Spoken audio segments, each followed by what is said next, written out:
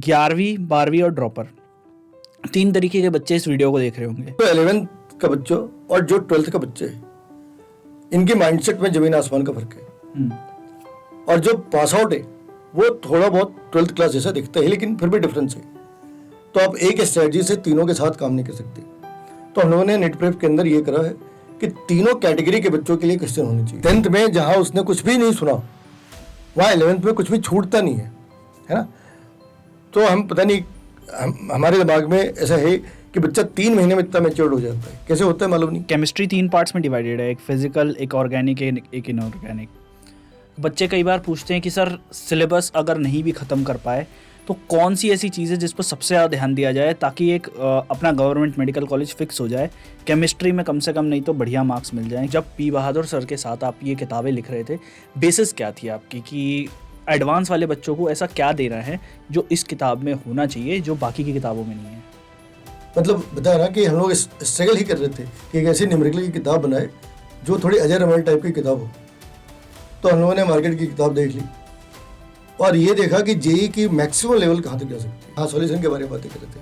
हमने कहा हाँ, लेकिन किताब कहाँ, कॉपी कहाँ गई? कहते देखो कहाँ गई, शायद तुमने उधर रख दिया होगा। हमने उधर भी देखा, उधर भी नहीं थी। इंटरकॉम वाले के पास जाके देखा, वहाँ कुछ नहीं था। तो उन्होंने कहा वो डस्टबिन में पड़ी है, वो है क्या? तो हमने देखा हाँ, तो कॉपी पड़ी है उधर में। तो उन्होंने तुरंत फॉलोअप में कहा कि सॉल्यूशन इधर नहीं, इधर होनी चाहिए, इधर। नीट प्रेप से कब जुड़े थे आप? 2016, जिस दिन पहले दिन बनी थी उस दिन। तो ये जो पार्ट है ना, रात के 12:30 बजे कंपनी का डायरेक्टर एक फैकल्टी को उठा के प्रॉब्लम सॉल्व करा रहे, ये पैसों की नीड तो नहीं है। आप बच्चे पे विश्वास करते हैं, ये आपको नॉन वर्बल तरीके से उसे बताना है।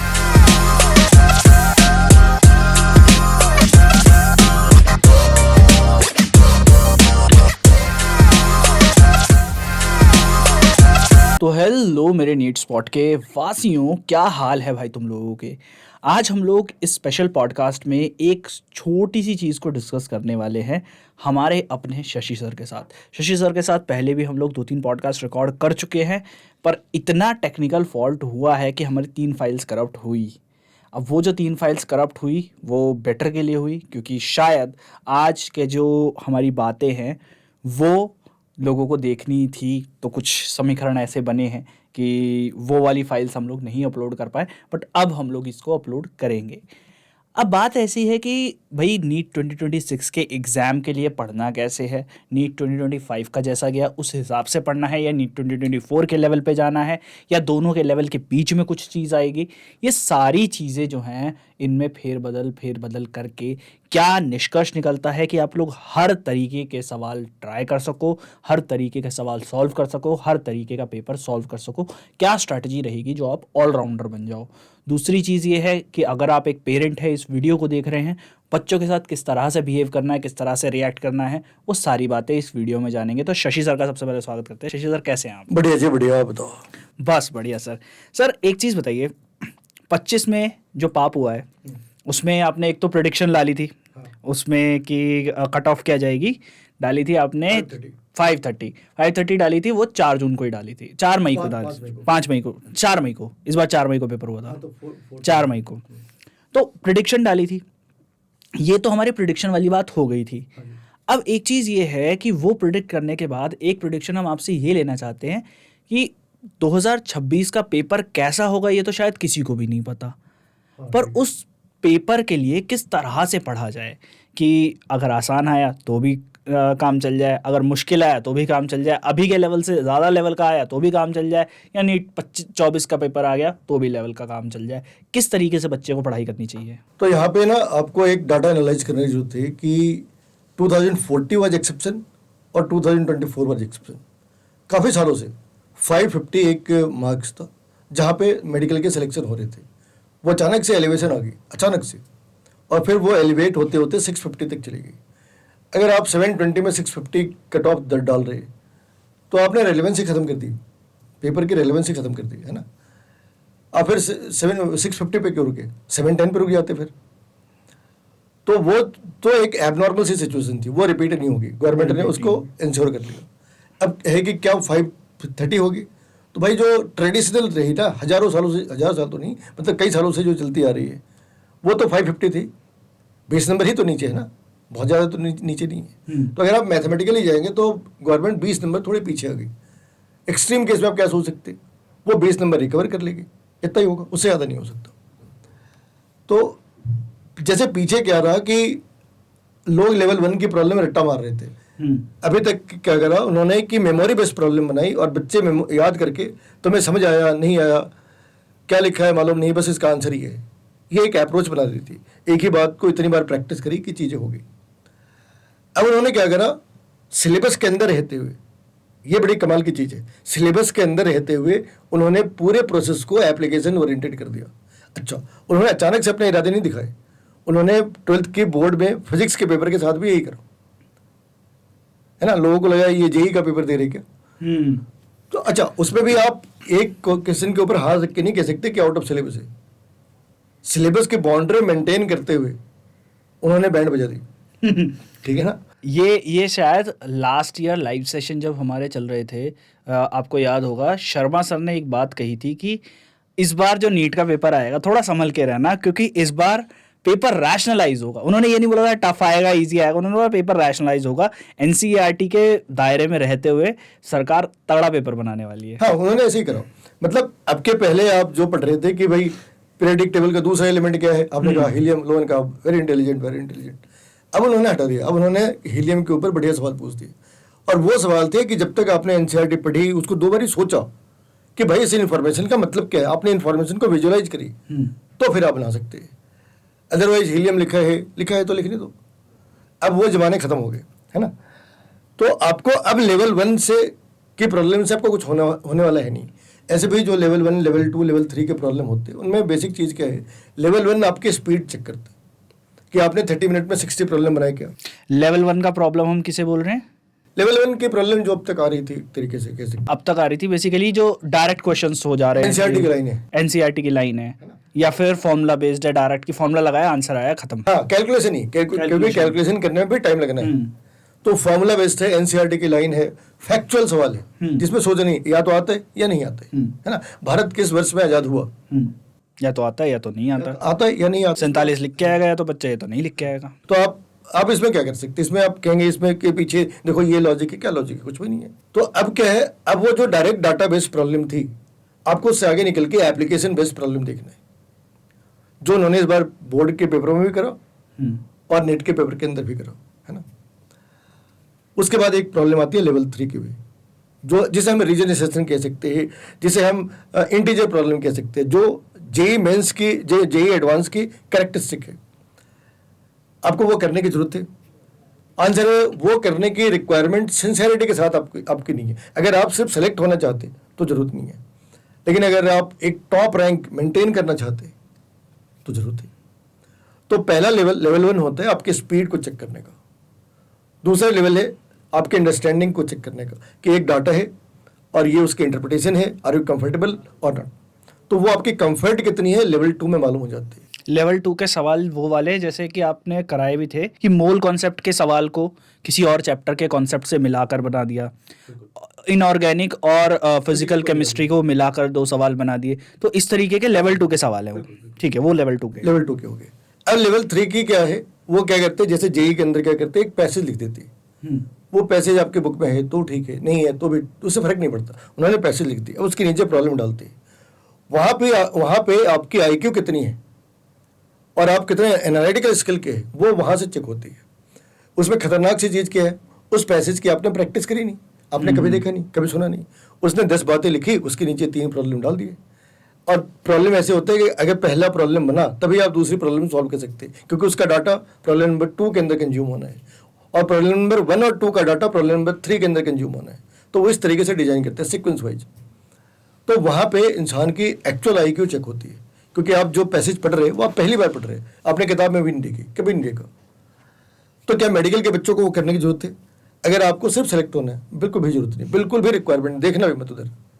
लेकिन अगर ऐसी एम्बिशन है कि पहले 5 के अंदर आ जाए, पहले 10 के अंदर आ जाए, थोड़ी नॉलेज हो जाए, तो आप कर सकते हैं, कोई मना नहीं कर रहा, हाथ नहीं जलने उससे, ठीक है। तो लेवल 1 लेवल 2 लेवल 3, लेवल 1 के दिन खत्म हो गए। आप कहोगे पूरे खत्म हो गए, अगर पूरे खत्म हो जाते, सारे ही क्वेश्चन लेवल 2 के होते, तो कट ऑफ फिर 430 पे पहुंच जाती।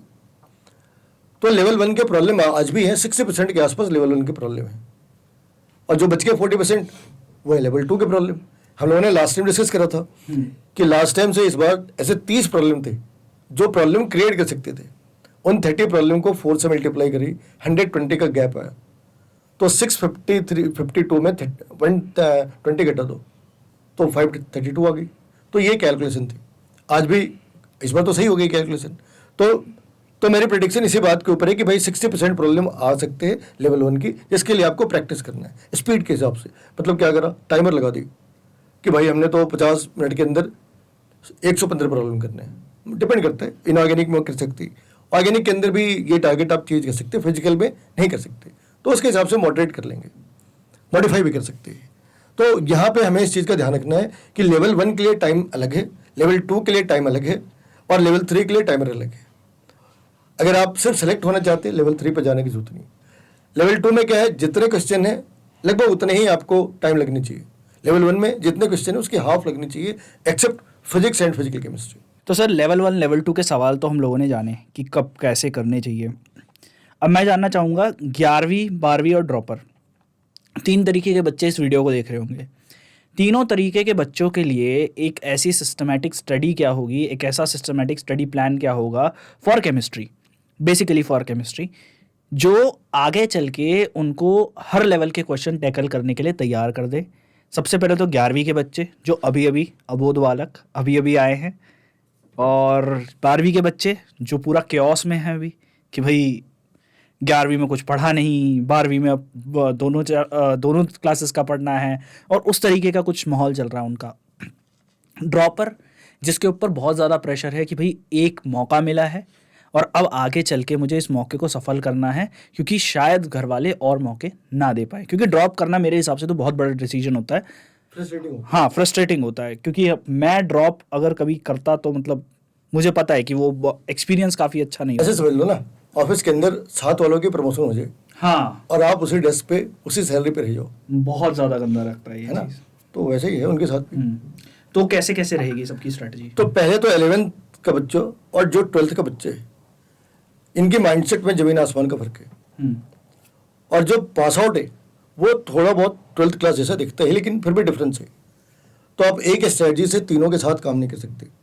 तो हम लोगों ने नेट प्रेप के अंदर ये करा है कि तीनों कैटेगरी के बच्चों के लिए क्वेश्चन होने चाहिए, और ये नहीं कि 5-10 क्वेश्चन होंगे, करीब करीब 1 लाख क्वेश्चन है नेट प्रेप के ऊपर में।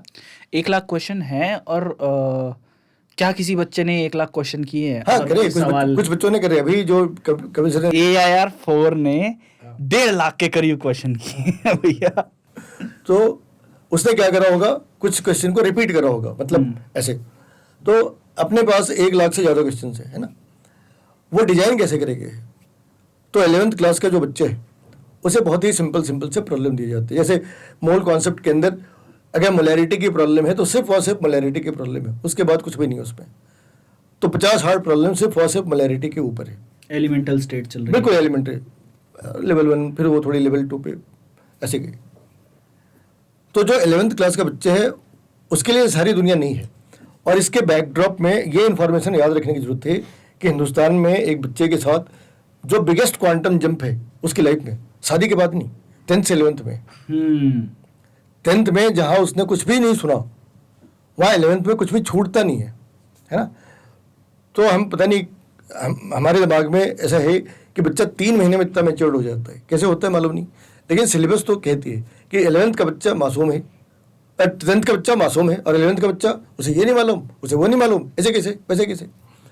तो इसलिए, और डाटा कैसे, इसकी जो डाटा इंटरप्रिटेशन है वैसे समझ लो कि जो 10th क्लास के 90% मार्क्स होल्डर हैं, या 9.8 CGP वाले लोग हैं, 9.7 CGP वाले लोग हैं, वो भी 11th क्लास के फर्स्ट टेस्ट में उसमें से 60-70% लोग फेल हो जाते हैं।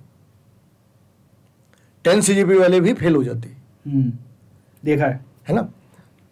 तो ये तो क्वांटम जंप है। एक बच्चा जो हवा में उड़ रहा होता है 11th क्लास के पहले टर्म में जमीन पे आ जाता है ना। तो ये बच्चे की प्रॉब्लम नहीं, ये प्रॉब्लम पेरेंट की नहीं, ये प्रॉब्लम टीचर की नहीं, ये पॉलिसी की प्रॉब्लम है। तो हम पॉलिसी वाले पार्ट को छोड़ दें, अगर हम पेरेंट्स के हिसाब से बातें करें, बच्चों के हिसाब से बातें करें, तो 11th क्लास में बच्चे के पास इतना सारा सब टॉपिक होते जो उसने कभी सुना नहीं होते, तो वो उससे आप एक्सपेक्ट नहीं कर सकते कि वो टॉपिक सुना, लेवल 1 बनाई, लेवल 2 बनाई, लेवल 3 बनाई, ऐसे नहीं है। रोबोट थोड़ी है, बच्चा है वो। तो उसके लिए हम लोगों ने क्या करा, एक ग्रेजुअल इंक्रीज है, बल्कि आपको कई बार ऐसा दिखेगा भी नहीं कि पहले प्रॉब्लम और 50वें प्रॉब्लम में बेसिक डिफरेंस क्या था, शायद कुछ भी नहीं था। लेकिन यह बच्चा जो 12th क्लास में होते उसके पास करीब 7-8 महीने की फ्रस्ट्रेशन होती है और उसे अपने टाइम की इंपॉर्टेंस बहुत समझ आती है। उसके सामने बैठ के अगर आप कहोगे देखो 20 साल पहले हम ऐसे थे, वो सुनेगी नहीं। उसे लगेगा यार इतने में हम 2 सवाल बना लेते। और जब आप पास आउट के पास जाएंगे वो तो हथियार लेके बैठते हैं, है ना। वो तो अपनी लाइफ से इतना परेशान है कि उसके 40 मिनट की क्लास में वो सोचेगा अगर 38 मिनट भी इसने पढ़ाया, 2 मिनट नहीं पढ़ाया तो कंप्लेंट डालेगा कि सर इसने मतलब ठीक ठाक नहीं है, मामला सही नहीं है, हमारा टाइम वेस्ट हो रहा है। क्यों, उसने सारे मजे देख रखे ना, और उन मज़ों का इम्पैक्ट भी देख लिया अपनी लाइफ के ऊपर में। तो अब आप उसे 12th जो पास आउट बच्चा है, मान लो जो पास आउट बच्चा है, आप उसको कहोगे बेटा मॉलरिटी निकालो, पेपर फेंक देगा। वो दीवार पे फेंकेगा, सर पे फेंकेगा, वो बात की बात है, फेंक देगा। ये क्या मजाक बना रखा है ना। तो हम लोगों ने क्या करा, अभी अपने प्लेटफॉर्म पे ऐसे भी सवाल है पास आउट के लिए कि पूछा मोल निकालो, लेकिन मोल निकलेगी कहाँ से, बायोमॉलिक्यूलर रिएक्शन है। 11th क्लास का पहले चैप्टर है, जो क्लू है वो 12th क्लास के आखिरी चैप्टर में है ना, और जो बीच का पार्ट है वो 12th क्लास के ऑर्गेनिक का पार्ट है। तो अगर आपको आते तो ठीक है। अब जो पास आउट बच्चे है उसे लगेगा हाँ ये सवाल है, बस इसे ही बनाना है। 11th वाले को दे दोगे, वो क्या बेवकूफ़ बना रहे क्या, ऐसा होता है क्या, वो चैप्टर पढ़ा क्या। जो 12th क्लास का बच्चा है वो उसे रिस्पेक्ट करेगा, अटेम्प्ट नहीं करेगा। तो ये माइंडसेट होती है। अगर आप साउथ इंडिया में चले जाओ, या फिर जो लोग जेई की तैयारी करते हैं वो क्या करते हैं, 11th क्लास में पूरा ही सिलेबस खत्म कर लेते हैं, इंक्लूडिंग 12th क्लास। सोचो कैसे कैसे बच्चे हैं दुनिया में। 11th क्लास में ही 11th और 12th दोनों खत्म कर लेते हैं, और 12th क्लास में सिर्फ रिवीजन करते हैं, और पहली बार में अपना अटेम्प्ट क्लियर कर लेते हैं। लेकिन ऐसे बच्चे होते कितने हैं, ये आइडियल बच्चे होते कितने हैं। तो ऑन एन एवरेज जो 11th क्लास का एक मासूम सा एवरेज बच्चा है, उसे हफ्ते के हिसाब से अपनी चीज़ों को डिजाइन करना चाहिए कि इस एक हफ्ते में हमने एक चैप्टर बहुत बढ़िया से कर लिया, बाकी जो फिजिक्स का एक चैप्टर, एक बायो का चैप्टर, एक मैथ का चैप्टर स्टार्ट करा, बहुत अच्छे से नहीं करा, उसे अगले वीक में करा, उसे अगले वीक में करा। ये 11th क्लास की स्ट्रेटजी होती है। उसे वीक के हिसाब से अपना काम करना है। जो 12th क्लास का बच्चा है उसके लिए भी लाइफ काफ़ी तेज़ी से चेंज हो रही, क्योंकि अभी उसके दिमाग में 11th क्लास का रिवीजन है और 12th क्लास का करंट चैप्टर है। तो उसे 12th क्लास में हफ्ते में एक चैप्टर के हिसाब से उसका काम नहीं चलेगा। अब वो ऐसे 4 डेज पे अगर लेकर आ जाए कि 4 डेज में एक चैप्टर निकल जाए, बाकी 2 चैप्टर वो तो उसने स्टार्ट तो कर ही दिया, तो उसकी स्पीड पहले से तो मैं करीब 60-70% बढ़ानी होगी, और वो उस स्पीड को मेंटेन कर ले। ये नहीं कि जूस में एक वीक तो पढ़ लिया और एक वीक पढ़ने के बाद जो उसे डैमेज हुई उसको रिपेयर करने में 3 वीक लगा, ऐसे नहीं हो सकता। हर वीक पढ़े, कंसिस्टेंसी बहुत ज़रूरी है। अब आते हैं पास आउट वाले बच्चे के ऊपर में, उसकी तकलीफ क्या है। उसे 2 साल का सिलेबस 6 महीने में करना है, तब हफ्ते का तो मामला रहा ही नहीं। अब मामला है डेज का, कि क्या वो एक दिन में एक पूरा चैप्टर खत्म कर सकते हैं तो ठीक है, नहीं कर सकता तो करने की कोशिश करें, क्योंकि 12th क्लास वाले के पास 1 साल है, और जो पास आउट है अगर वो काउंसलिंग वगैरह सबके वेट करके आखिर में डिसाइड करते हैं, तो नवंबर से लेके मई तक जितने महीने हैं उसमें वो क्या कर लेगा उसको पता है। तो जहाँ पे 11th क्लास की जर्नी हम मेजर करते हैं वीक के टर्म्स में, 12th क्लास में वीक की जगह हम 4 डेज में करते हैं। और जो पास आउट बच्चे होते हैं उसका डेली का हिसाब है भाई, उनका हर दिन एक गोल्ड कॉइन है। एक गोल्ड कॉइन वेस्ट हो गई, अगर आप अफोर्ड कर सकते हो तो आप वेस्ट करते रहिए। तो उनके साथ आपको काफ़ी कॉन्सेंट्रेटेड क्वेश्चंस निकालने होते, काफ़ी कॉन्सेंट्रेटेड कंटेंट निकालने होते, कि आपने उसको 5 सवाल करे, चैप्टर पूरी होगी। तो हम लोगों ने पीछे 2-3 सालों में यही काम करा कि 5-10 सवाल बच्चे ने बना ली, उसकी चैप्टर के ऊपर जो एक्सपर्टीज है प्रूव हो जाती है, वो फिल्टर लगा के निकाल ले, डिफिकल्टी वाली 30% के बिलो की निकाल ले। उसने से 5 सवाल बना लिए, उसकी चैप्टर की जो क्लैरिटी है आ जानी है। और जो 11th क्लास के बच्चे हैं उसके हिसाब से बना रखे। आखिर अगर 1 लाख से ऊपर क्वेश्चन है तो कुछ तो सोच कर बनाए होंगे ना। हम्म। तो 11th क्लास वालों के भी एक अच्छा खासा सवाल है, मतलब ये नहीं है कि 20 सवाल 25 सवाल टॉपिक के ऊपर आ रहे। अरे चैप्टर के अंदर 300 350, कुछ तो ऐसे चैप्टर है जिसमें 1000 1500 सवाल भी है, ठीक है, जिनकी वीडियो है। बहुत ऐसे हैं जिनकी वीडियो भी नहीं होगी। तो हम लोगों ने जो बच्चों की नीड है, जो उसकी रिक्वायरमेंट है, उस रिक्वायरमेंट को ध्यान में रख के टेलर मेड टेस्ट सीरीज बनाई, टेलर मेड क्वेश्चन बैंक बनाई। अगर सामने वाला ना करे तो कुछ नहीं। फिर उसकी गलती है। अच्छा सर, केमिस्ट्री 3 पार्ट्स में डिवाइडेड है, एक फिजिकल, एक ऑर्गेनिक, एक इनऑर्गेनिक। बच्चे कई बार पूछते हैं कि सर सिलेबस अगर नहीं भी ख़त्म कर पाए तो कौन सी ऐसी चीज़ है जिस पर सबसे ज़्यादा ध्यान दिया जाए ताकि एक अपना गवर्नमेंट मेडिकल कॉलेज फिक्स हो जाए, केमिस्ट्री में कम से कम नहीं तो बढ़िया मार्क्स मिल जाएं कि 130 से ऊपर मिल जाए, 120 से ऊपर मिल जाए। तो पहले जो है ना, ये ज़्यादा मुश्किल काम था, अभी ये थोड़ा आसान काम है। उसमें रीजन क्या है कि इनऑर्गेनिक जो है, इनऑर्गेनिक के 3-4 चैप्टर रहेंगे, बाकी उन्होंने सारे एलिमिनेट कर रखे हैं। तो उन 4 चैप्टर में तुम्हारी गारंटी है कि 15 क्वेश्चन तो आएंगे ही। भाई 3 है, 45 बनाने हैं तो 15 तो आने हैं ना। अब क्या होगा, किसी के 15 की जगह 14 हो गई तो दूसरे वाले की 16 होगी। ऐसा नहीं होगा कि इनऑर्गेनिक के 5 ही सवाल हैं बाकी ऑर्गेनिक के। अब वो चीज़ें नहीं होती, वो स्ट्रिक्ट डिसिप्लिन मेंटेन करती है। तो अगर 4 चैप्टर से 15 सवाल आ रहे हैं, वहीं पे दूसरी बार 10 चैप्टर से 15 सवाल आ रहे हैं, और ऑर्गेनिक में 8 चैप्टर से 15 सवाल आ रहे हैं, तो आपको देखना है कि सबसे आसानी से हम क्या खत्म कर सकते हैं, इनऑर्गेनिक, है ना। उसके बाद अगर हम चैप्टर वाइज देखें तो ऑर्गेनिक थोड़ी आसान लगती है, लेकिन उसमें एक प्रॉब्लम क्या है कि ऑर्गेनिक काफ़ी इंटरलिंक्ड होती है। फिजिकल केमिस्ट्री 3 घंटे की फिल्म जैसी है। तुमने 3 घंटे की फिल्म देख ली तो मैं सारा कैरेक्टर समझ आ गया, लेकिन ऑर्गेनिक केमिस्ट्री एपिसोड की तरह। तो अगर तुमने 12वीं एपिसोड देखी तुम्हें कुछ भी समझ नहीं आएगा, बस इंटरटेनमेंट होनी है, बाकी समझ तो कुछ नहीं आना, क्योंकि उसके पीछे के लोग क्या थे, क्या कर रहे थे। तो यहाँ सभी एक दूसरे के साथ वेल कनेक्टेड है, और हमें स्टार्ट में ही समझना पड़ेगा। ऑर्गेनिक पढ़ने का तरीका ये है कि आपने जीओसी पकड़ी, नाम पढ़ा, मैकेनिज्म पढ़ी, और अगर आप पास आउट हैं, फिर से बोलो, अगर आप पास आउट हैं तो आप कन्वर्जन करते हैं, एलिमेंट कंपाउंड ए को बी में कन्वर्ट करने के तरीके सीखते हैं। तो हमें ऑर्गेनिक में बेसिकली क्या पढ़ना होता है, nomenclature, isomer, preparation and properties, और उसके बाद यूजेज। हम ये सारी चीज़ें कन्वर्जन के अंदर कर लेते हैं, यूजेज को छोड़कर सारी चीज़ें कन्वर्जन के अंदर कर लेते हैं, यूजेज नहीं आती। तो इसका ये मतलब हुआ कि जब तुमने जीओसी करी, थोड़ा टाइम लगाया, और तुमने सारे कन्वर्जन कर लिए, डिफ्रेंशिएशन कर ली, एक कंपाउंड को दूसरे कंपाउंड से डिफ्रेंशिएट करना तुमने 12th मतलब पहले चैप्टर के अंदर सीख लिया। ये बात किसकी कर रहे हैं, जो पास आउट है। 11th क्लास वालों के ऊपर ये चीज़ें एप्लीकेबल नहीं है। तो अगर आप ऐसे करते हैं तो होगा क्या, जब तुम हाइड्रोकार्बन पढ़ रहे तो एक्चुअली रिवाइज कर रहे, क्योंकि हमने ये सारी चीज़ें पहले पढ़ ली, तो हम हाइड्रोकार्बन रिवाइज कर रहे, तो अगले सारे चैप्टर रिवीजन मोड में चले जाने हैं। तो इसका एडवांटेज ये होगा कि तुम्हें सारी चीज़ें वेल कनेक्टेड दिखेंगी, और उनको एक एग्जाम फॉर्मेट के अंदर रिप्रोड्यूस करना आसान काम है। अदरवाइज वो फिजिकल केमिस्ट्री की तरह डिस्क्रीट नहीं है कि तुमने रेंडमली हाथ डाला और बिल्कुल सही आंसर बता दी। इनमें सभी एक दूसरे के साथ कनेक्टेड है, तो इसका हमें ध्यान रखना होता है। तो सर हम लोगों ने 11वीं के, 12वीं के, ड्रॉपर के सारे बच्चों के बारे में जाना, ठीक है, और जाना कि किस तरीके के सवाल की तैयारी करनी चाहिए।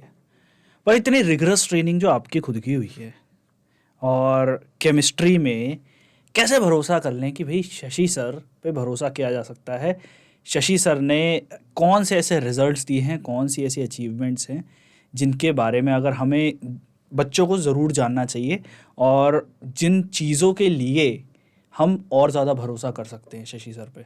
तो एक बार ज़रा बताइए कि वो जो किताब है जिसमें आपको ऑथर हैं, उसका थोड़ा सा बताइए कि किताब का नाम क्या है, फिर उसकी कहानी की तरफ हल्का सा चलेंगे। बेसिकली 2 सबसे फेमस बुक है, कॉन्सेप्ट ऑफ फिजिकल केमिस्ट्री और न्यूमेरिकल केमिस्ट्री। मार्केट में पहले न्यूमेरिकल केमिस्ट्री आई थी, तो उसमें अप्रोच अपनी ये थी कि उसके पहले हर 2 साल पे एक नई केमिस्ट्री की न्यूमेरिकल की बुक आती थी। उसके पहले सरीन थी, उसके पहले एक मुखर्जी की किताब थी। तो हमारे दिमाग में ये था, हम लोगों के दिमाग में ये था कि अपनी किताब भी 2 साल वाली कहानी बना के ना निकल जाए। तो उसे बनाते हुए, उसे फ्रेम करते हुए इसका ध्यान हमेशा रहा कि कहानी अपनी भी 2 साल 3 साल वाली बात ना रही है। तो न्यूमेरिकल केमिस्ट्री ने मार्केट के अंदर रफ्तार पकड़ने में थोड़ी टाइम लगाई, लेकिन एक बार वो रफ्तार पकड़ गई तो आज 25 साल हो गए करीब करीब, आज भी किताब अपने रेपुटेशन पे।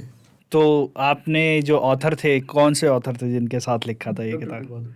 डॉक्टर पी बहादुर।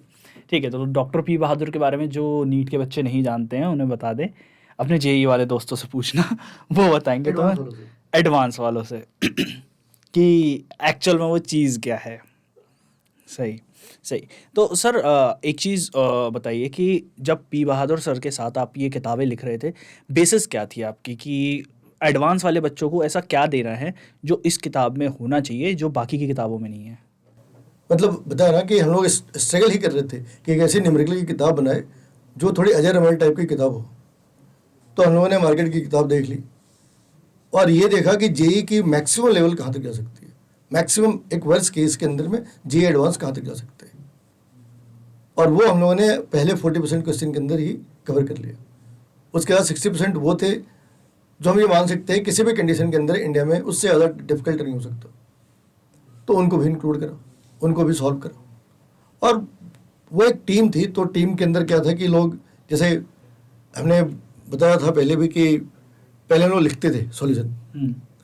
तो एक बार गए मीटिंग में ऐसे ही, तो उन्होंने कहा कि सॉल्यूशन कहाँ पे इस problem P Bahadur sir. P बहादुर ने। तो हमने निकाली अपनी डायरी जो कॉपी थी, कहा ये प्रॉब्लम नंबर 13 ये इसका सॉल्यूशन है। तो थोड़ी बहुत बातचीत हुई सॉल्यूशन के ऊपर में। फिर उन्होंने कहा क्या खाओगे, हमने कहा छोले भटूरे। तो कहते चाहो इंटरकॉम पे कह दो उसको। तो क्या हमने कह दिया भैया खाना लेकर आना। अब वो वहाँ से लौट कर आए तो उन्होंने कहा हाँ सॉल्यूशन के बारे में बातें कर रहे थे। हमने कहा हाँ, लेकिन किताब कहाँ, कॉपी कहाँ गई? कहते देखो कहाँ गई, शायद तुमने उधर रख दिया होगा। हमने उधर भी देखा, उधर भी नहीं थी। इंटरकॉम वाले के पास जाके देखा, वहाँ कुछ नहीं था। तो उन्होंने कहा वो डस्टबिन में पड़ी है, वो है क्या? तो हमने देखा हाँ वो तो कॉपी पड़ी पड़ी है उधर में। तो उन्होंने तुरंत फॉलोअप में कहा कि सॉल्यूशन इधर नहीं, इधर इधर होनी चाहिए, इधर, है ना। जब हम जेई एडवांस के बच्चों को पढ़ा रहे हैं तो कॉपी नहीं चाहिए, मैं दिमाग में होना चाहिए सब कुछ। तो क्या होता है जब आप बहुत मेहनत करके कुछ लिखते हैं, नोट्स लिखते हैं, कोई से फाड़ के फेंक दे तो कितना अच्छा लग सकता है, उतना ही हमें भी लगता। वो काफ़ी अच्छा लगा होगा दिल में, हाँ। 2 रात की नींदें उड़ी होंगी। लेकिन फिर हमने देखा कि इसमें भला किसका है, हाँ। इसमें भला मेरा है और हम जिन बच्चों को पढ़ाने वाले हैं उनका भला है। तो उस दिन जो नोट्स की आदत छूटी या हाथ में पेपर लेके जाने की आदत छूटी, वो फिर आज तक कभी नहीं आई। तो बिना नोट्स के अभी बिना शशि नोट्स सर के, हाँ, हमेशा पढ़ाते हैं। एक कलाकार की तरह। एक कलाकार के। एक कलाकार खड़ा होता है स्टेज पे हम्म, और दिमाग में चीज़ें आती जाती है, वैसे वैसे लिखते जाते। वैसे वैसे लिखते जाते हैं। शशि सर की कहानी में और भी ज़्यादा गहराइयाँ हैं, जिसमें पी बहादुर सर के साथ मिलने की कहानी है, जिसमें पी बहादुर सर से मिलने के बाद 10 किताबें लिखने की कहानी है, जिसमें कुछ पुराने इंस्टीट्यूट में काम करने की कहानी है, जिसमें पीएचडी की कहानी है। आईआईटी बॉम्बे ने जो इनको पीएचडी के लिए इनवाइट किया, सामने से इनवाइट भेजा कि भाई आ जाओ पीएचडी कर लो, उसकी कहानी है। प्लस एक कहानी है एक इंसान की जो पेड़ के नीचे 40 मिनट बैठ खड़ा होकर लैपटॉप हाथ में लिए शशि सर का वेट कर रहा था, जिस इंसान ने बहुत सहूलियत से, बहुत तरीके से सर से पूछा कि ये मेरा पूरा प्लान है, आप इसका पार्ट बनना चाहेंगे क्या। काफ़ी टाइम तक शशि सर और वो एक साथ रहे और काफ़ी टाइम तक मतलब उन्होंने इनकी क्लासेस में भी पार्टिसिपेट किया, इनके एज अ स्टूडेंट इनकी क्लास में बैठने के लिए मतलब परमिशन ली और फिर शशि सर ने उनको परमिट किया। उस इंसान का नाम था कपिल गुप्ता, जो कि आज नीट प्रेप के फाउंडर हैं। उनकी बारे में वो कहानी भी जानेंगे। अब सवाल सर मेरा ये है कि नीट प्रेप से आप जुड़े, नीट प्रेप से कब जुड़े थे आप? 2016 जिस दिन पहले दिन बनी थी उस दिन से। जिस दिन पहले टाइम बना था, उस टाइम पे आप पटेल नगर में थे। तो एक्चुअली क्या है कि हमने अपना सेंटर स्टार्ट करा ये सोच के कि अगर साउथ इंडिया में मेरी वजह से नारायणी चल रही थी, हर एक इंसान को वहम होते हैं, हाँ। तो हमें भी होता है ना। तो वहम हमें भी थी कि मेरी वजह से ही चल रहा। तो हमने सोचा कि अगर हम वहाँ पे चला सकते तो इधर भी चला सकते हैं। तो हमने अपनी सेंटर चलाई। तुमने उसकी फोटो देखी होगी, सेंटर पे मेरा नाम ही नहीं था, आपका नाम नहीं मेरा था। नाम नहीं था। तो मेरे सेंटर पे मेरा नाम नहीं। जिस टाइम पे मैंने क्लास 11th और 12th करी थी, सर का सेंटर उस टाइम मतलब वर्किंग था, उस टाइम वर्किंग था। मेरे जैसे बच्चे वहाँ एंटर भी नहीं कर सकते थे। तो अब वो जो दिमाग के अंदर ईगो होती है ना, उस ईगो ने क्या करा, ये सेंटर खोली और हमने सबसे पहले एक टेस्ट पेपर बनाया कि जो बंदा आएगा टेस्ट देगा, वो उस लेवल का जो कॉन्सेप्ट्स ऑफ फिजिकल केमिस्ट्री, हाँ वो उधर से निकल न्यूमेरिकल केमिस्ट्री लेवल मतलब का। तुम्हें ये समझ नहीं आएगा कि फिजिकल केमिस्ट्री है या मैथमेटिक्स है, ये प्रॉब्लम फिजिकल केमिस्ट्री की है या मैथमेटिक्स की है। बच्चा 2 बार ही सोचे कि फिजिकल केमिस्ट्री की प्रॉब्लम है या मैथमेटिक्स की प्रॉब्लम है, तो हमने डाल दिए। एक तो ऐसे भी कोई नहीं आ रहा था, जो आ रहा था वो सवाल देख कर सूंघ कर चला था। कुछ लोग अटेम्प्ट भी लगाते थे, तो हमने जितना सोचा था कि कम से कम 30 क्वेश्चन में 5 भी बना ले बच्चा तो उसको एडमिट कर देंगे, लेकिन लोगों के 2 सही होते थे, किसी के 1 भी सही नहीं होते थे। तो ये चलता रहा, एक बच्चा मिला, बहुत इंटेलिजेंट बच्चा था। उसके बाद फिर हमने थोड़ा डाइल्यूट करा तो 8-10 बच्चे मिले, बड़े इंटेलिजेंट लोग थे। इसी बीच कपिल सर ने एक दिन फ़ोन करा और हमने जो उनको टाइम दिया उस टाइम पे मेरी क्लास थी, तो हमने उनको कहा वेट कर लो आप, उन्होंने वेट करा। फिर हमने पूछा कि क्या चाहते हो, आपका विजन क्या है। तो उन्होंने जो अपने विजन बताई ना, वो उस टाइम पे मतलब आप थियोरेटिकल ऐसी बातें कर सकते हैं, लेकिन प्रैक्टिकली जब आप बात करते हैं और आपकी जो एक्शंस है उस चीज़ को एंडोर्स करती है। उन्होंने कहा कि वो इंडिया के टायर 4 टायर 5 सिटीज़ के अंदर भी एजुकेशन को पहुंचाना चाहते हैं, उसे अफोर्डेबल बनाना चाहते हैं। तो तब अपने ये अफोर्डेबल वाले सर नहीं थे जिन्होंने एजुकेशन को अफोर्डेबल बनाने की बात करी। ये वाले सर तब पढ़ाई करते थे, ऑर्गेनाइज नहीं थे, इनका कोई इंस्टीट्यूशन नहीं था, यूट्यूब पे थे, बाकी कहीं पे नहीं थे। तो कपिल सर ने तब ये विजन ली थी कि हिंदुस्तान के हर एक हिस्से में एजुकेशन को पहुंचाना है। बाद में उसमें प्राइस का भी प्राइस की डायनेमिक्स भी आ गई बाद में। तो हमने सोचा कि भाई बात कहने के लिए है या वाकई में कुछ भी है इसमें। तो फिर हमने इनका बैकग्राउंड चेक करा कि 10 साल अगर उन्होंने अमेरिका में काम करी है तो 4 रुपये 5 रुपये कमाने तो आए नहीं इधर में, और पैसे कमाने तो नहीं आएंगे ना। तो पैसे कमाना हो तो इंसान अमेरिका जाएगा, इधर क्यों आएगा? अगर मनी क्राइटेरिया है तो इंडिया में क्यों आएगा? रिवर्स गियर किसी ने क्यों लगाना? और फिर हम लोग जब साथ बातें करते ना, मतलब एक तो ये है कि आप कहो कि हम जी नॉन वायलेंट है, नॉन वायलेंस में बिलीव करते, मेरे साथ चल रही, किसी ने टक्कर लगा दी, थप्पड़ मार दिया, और फिर कहा जी हम तो नॉन वायलेंस में बिलीव करते। तो उससे क्या है, आप जो बात कह रहे और आपकी जो एक्शन है दोनों कॉम्प्लीमेंट्री नहीं है। इधर क्या है, वो चीज़ें कॉम्प्लीमेंट्री थी, एक एक कस्टमर इशूज़ के ऊपर में, है ना। कई बार तो आधी रात को बहस होती थी, रात को 12:30 बजे सर का मैसेज आता था। अभी भी आता है, अभी आता है शायद अभी हम उस ग्रुप में एक साथ नहीं है, अभी भी आ जाता है। Sir are you not sleeping, पहले लिखा होता था आर यू नॉट स्लीपिंग। अगर तुमने रिस्पॉन्ड करा तो वो कहते थे सर इस बच्चे की प्रॉब्लम है सर, सॉल्व कर दो प्लीज। तो रात को 12-12:30 बजे उठ के बच्चे की प्रॉब्लम सॉल्व कर रहे, है ना। तो ये जो पार्ट है ना, रात के 12:30 बजे कंपनी का डायरेक्टर एक फैकल्टी को उठा के प्रॉब्लम सॉल्व करा रहे, ये पैसों की नीड तो नहीं है, है ना। फिर थोड़ा और टाइम साथ रहे तो हमें समझ आ गया कि इनका जो मेन पर्पस है वो वही है जो ये कह रहे हैं। अच्छा, ये एनकरेज कैसे होते थे, एक बारी एक टीचर ने इनको एक क्वेश्चन की स्क्रीनशॉट भेज दी और कहा कि सर हमें किसी ने बताया कि गलत है। अभी बड़े केमिस्ट्री का क्वेश्चन था, ऑर्गेनिक का। अभी बड़े इमोशनल हो गए कि तो सर लोग हमारे यहाँ हमारे चैनल से पढ़ते हैं टीचर। अच्छा, वो बताया उन्होंने बताया कि हमारी चैनल से टायर 2 टायर 3 सिटीज़ के अंदर में टीचर एक रात पहले वीडियो देखते, अगले दिन क्लास में जाके पढ़ाते हैं, है ना। और ये कंसिस्टेंट प्रोसेस है। हमने तुम्हें यूट्यूब चैनल पे दिखाया था, ज़्यादातर जो वीडियो पे कमेंट कर रहे हैं वो खुद केमिस्ट्री के टीचर्स, है ना। तो अब वो सर बड़े हर्ट हो गए इस बात से कि यार हम कहीं हमारी साइड से गलती हो गई और बंदे ने वही बात बच्चों को पढ़ा दी और किसी ने पॉइंट आउट कर दी। तो वो कपिल सर अपने स्टाइल में, यार शशि सर यार ये हमें ये प्रॉब्लम सॉल्व करनी है यार, ये गलत बात है यार। तो फिर हमने क्या करा, जेरी मार्च की एक बुक आती है, वो ऑर्गेनिक की अपर लिमिट है, उसके बाद कोई आज तक बुक बनी नहीं। उसके बाद अभी बनी नहीं है, कल को बन जाए तो अलग सी बात है। तो हमने उस बुक की स्क्रीनशॉट निकाली और भेज दिया। हमने कहा कि अगर इस बुक में गलत लिखी है तो हमने गलत पढ़ाया, अदरवाइज हमने सही पढ़ाया। फिर सर ने उसको भेजी होगी, फिर वो बात खत्म हो गई। तो उस एक इंसिडेंट से हम लोगों को ये समझ आया कि नेट प्रेप की वीडियो बच्चे देखते हैं, ये बात सच है। लेकिन एक और भी बात मालूम होगी, एक नई पार्ट हम लोगों ने एक्सप्लोर करी कि टीचर उसे शेड्यूल के अंदर रखता है कि उसे कल अगर फिजिक्स का टीचर है तो एक रात पहले फिजिक्स की वीडियो देख कर जा रहा, केमिस्ट्री का टीचर है केमिस्ट्री की वीडियो देख कर जा रहा, तब वो क्लास में पढ़ा रहा। ये उस टीचर की सिंसियरिटी भी है, ध्यान रखना है। क्योंकि अगर टीचर सिंसियर नहीं होगा तो जाके क्लास में कुछ भी बोलेगा, उसे फर्क ही नहीं पड़ता ना कि उसे कुछ वो अपडेट होकर जाए। एक बंदा अपडेट होना चाहता है इसलिए वीडियो देख रहा, उसके पास फालतू टाइम है तो टाइम काटने के बहुत सारे तरीके हैं, वो क्यों वीडियो देखेगा हमारी। तो वहाँ से हम लोग को लगा कि हमारी रिस्पॉन्सिबिलिटी स्टूडेंट के साथ साथ साथ टीचिंग कम्युनिटी के लिए भी है। तो हमारी कोई वीडियो ऐसी ना हो जो टीचर का टाइम खराब कर रही हो, जो बच्चे का टाइम खराब कर रही हो। आज भी जो कमेंट आते हैं वीडियो के नीचे, उसमें एक चीज़ बहुत कॉमन होती है कि अगर हमारी 30 मिनट की वीडियो है तो 30 में 29.5 मिनट तक हम लोग पढ़ाते हैं।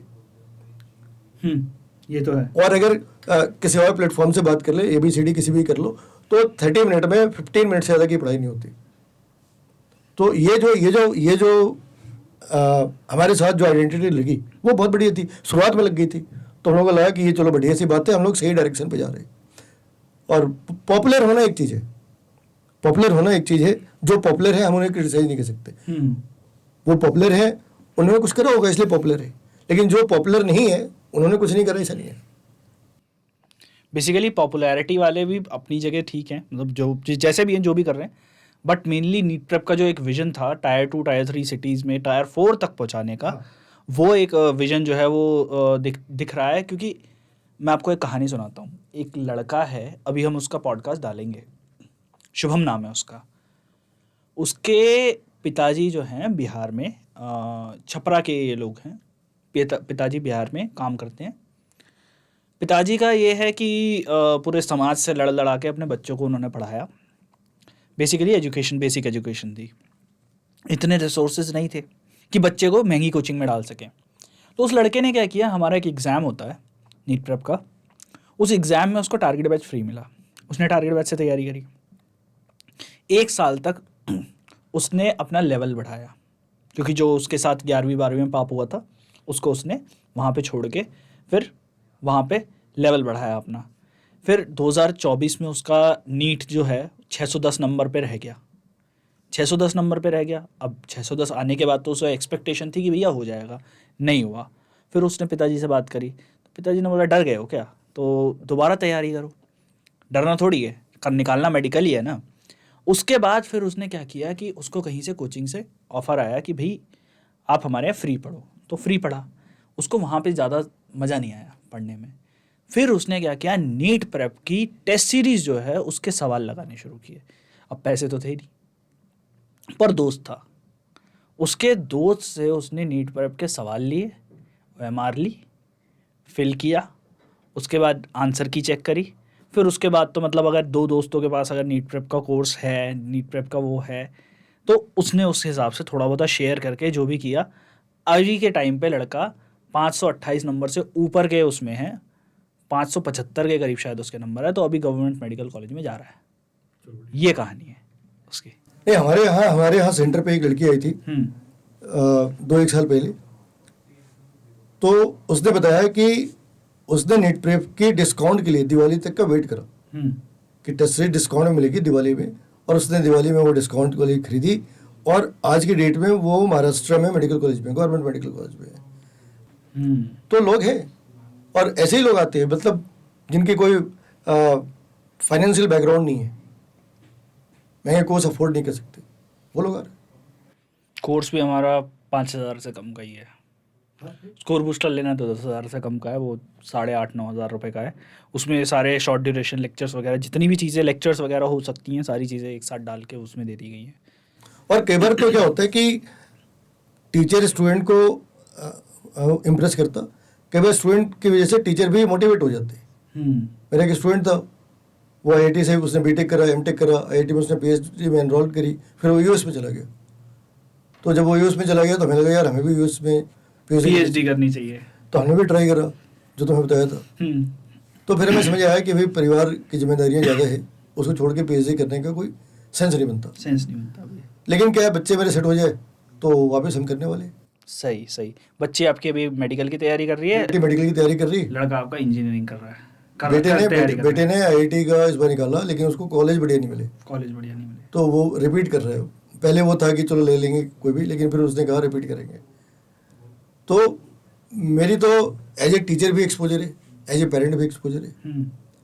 और हमने ये देखा कि आप बच्चे पे विश्वास करते हैं, ये आपको नॉन वर्बल तरीके से उसे बताना है ना। आप रोज टाउंट मारेंगे तो शायद मामला नहीं बनेगा, आप उसे बताएं कि आपका उसके ऊपर लिमिट से ज़्यादा ट्रस्ट है भरोसा है ना, और वो उस ट्रस्ट के को फुलफिल करने के लिए उस लेवल की मेहनत करते हैं। आज के डेट में मेडिकल हो इंजीनियरिंग हो इतनी आसान चीज़ नहीं है। बच्चा अपनी जो उसकी जो प्राइम एज है उसकी सेक्रीफाइस कर रहा, दोस्तों से अलग, फ़ोन नहीं, उसके पास वही वो 900 रुपये वाला फ़ोन है, कीपैड वाला फ़ोन। तो ये चीज़ें मतलब सारी चीज़ों से कटा है, खाली दिन भर पढ़ाई करना। आप उसको कंप्लेन नहीं कर सकते कि बाजू वाले के बच्चे का इतना आ गया तुम्हारे क्यों नहीं आया, ऐसे करना ठीक नहीं है। हम मान लो हम पेरेंट ही है, वो कहे बाजू वाले अंकल इतने पैसे कमाते आप क्यों नहीं कमाते। तो आपको थोड़ा ध्यान रखना है कि आप बच्चे को मोटिवेट कर रहे हैं, उसे अब्यूज नहीं कर रहे। सही सही सही। और बच्चा भी अपनी तरफ से पेरेंट को मैक्सिमम रिटर्न देने की कोशिश करते हैं। उसकी सर्कल कहाँ पे मतलब वो परफॉर्म क्यों नहीं करता, या तो उसकी सर्कल बेकार है, या फिर वो उसने बचपन से ही पढ़ाई की रफ्तार नहीं पकड़ी। अब उसने मान लो 10th क्लास तक वो 40% मार्क्स लेकर आ रहे हैं और आप उससे एक्सपेक्ट कर रहे हैं कि वो जेई निकाल ले, मेडिकल निकाल ले, तो ये आपकी एक्सपेक्टेशन भी गलत है। 40% वाला बंदा कितना इंप्रूव कर जाएगा। तो आपको उसके ऊपर रिस्पॉन्सिबिलिटी डालने से पहले देखना है कि उसकी इलास्टिक लिमिट कितनी है, कहाँ तक वो हैंडल कर सकते हैं। सही सही सही। और आपको ये बताना है कि आपका प्यार रिजल्ट के प्रोपोर्शनल नहीं है कि रिजल्ट आया तो आप प्यार करेंगे, नहीं आया तो नहीं करेंगे, ऐसे नहीं है। पेरेंट और बच्चे की एक बॉन्डिंग है, और ये बॉन्डिंग तब से है जब से दुनिया बनी है। तब मेडिकल के एंट्रेंस नहीं थे, जेई का एंट्रेंस नहीं था। Father son, father daughter, mother son, mother daughter, ये रिश्ते बहुत सालों से है।